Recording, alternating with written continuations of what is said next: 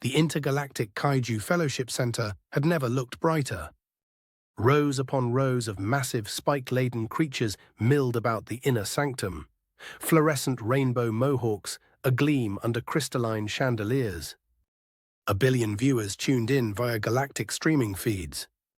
Every 10 years, the Fellowship held their annual Kaiju Make-A-Wish Gala, a spectacle of improbable charity attended by kaiju from every star system.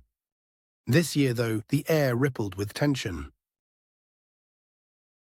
It was Yoda's turn to address the gathering, his long green ears twitching beside his own modest mohawk, the fluorescent tips matching those of the towering kaiju squirrels and their kin.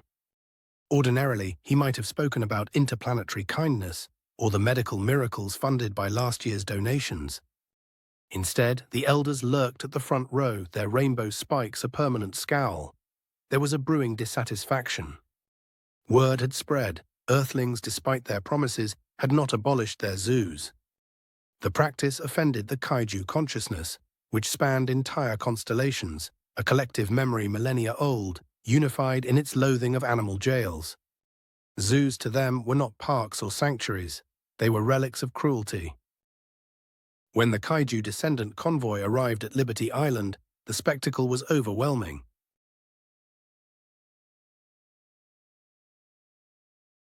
Moose Godzilla, antlers draped with glowing totems, hooves planted beside the green feet of the statue, stood at the ready.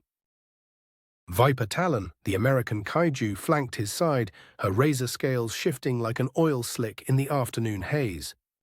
Not to be outdone, Viper Talon's shirt simply said, US over Russia, the shared A emphatic underlining the point. Next to them, the Russian Pooh Bear, towering, shaggy, inscrutable, wore a T-shirt emblazoned. Russie on top, USA below, the letter A bridging both, impossibly gigantic. For an event so fraught, the symbolism was as subtle as a thunderclap. Behind the giants, the Kaiju Squirrel Corps advanced on an armada of tireless turtles. They rode high, tails flicking, rainbow mohawks aglow for the hundreds of millions streaming the event. Beside them, skunks sprayed confetti from their tails. Mice rode in pairs, steering their turtles by acorn joystick. Coyotes howled harmonies to hype up the crowd. The shores around the statue thronged with more kaiju. Foxes with jade fangs, beavers gnawing monumental totem poles, wolves balancing poutine-laden sleds. Carved jade sculptures glistened by the riverside, a sign that the Greenland contingent, with their native artistry and humor, had made the trip.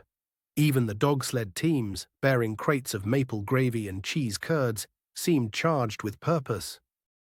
It was less a protest, more a parade, until Yoda, stepping to a crystalline podium built upon 3 entwined totem poles, raised his voice, echoing over the crowd. First stop, the New York City Zoo, where the delegation's arrival triggered a minor tremor. Panda bears paused mid-bamboo. Penguins stared up at the towering mohawks and bright vests, pressing against the glass. Even the zookeepers, unsure whether to run or bow, filed into the corners. The kaiju squirrels, emboldened, launched a live Q&A with the penguins. While rainbow coyotes questioned the ethics of faux environments with the zookeepers. Viper Talon watched, arms crossed, as Pooh Bear debated the director about the line between care and captivity. One by one, zoos from Paris to Kyoto, from Buenos Aires to Dar es Salaam, found themselves hosting the world's most flamboyant inspection. Each delegation beamed their findings live. Habitats clean, perhaps, but tiny. Caretakers devoted yet powerless against the bars and glass. Animals stared out, as they always had, but this day was different. Their visitors had scales, claws, gigantic rainbow spikes, and a mission. The world was watching. The billion viewers chimed in, flooding the feeds with comments and slogans. At night, after the tour, the fellowship gathered in Central Park. Under the boughs, beside carven jade and the distant lap of sled dogs, Yoda convened the Council of Spikes. Judge we have, decide now we must. For a moment, every SOS vest, every iridescent spike, every rainbow mohawk glimmered together. At dawn, the message was unanimous.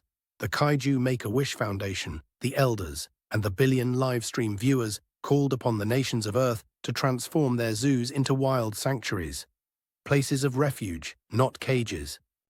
And as the turtles turned for home and pink light spilled over the city, the orange vests, their mission complete, shone on in hope.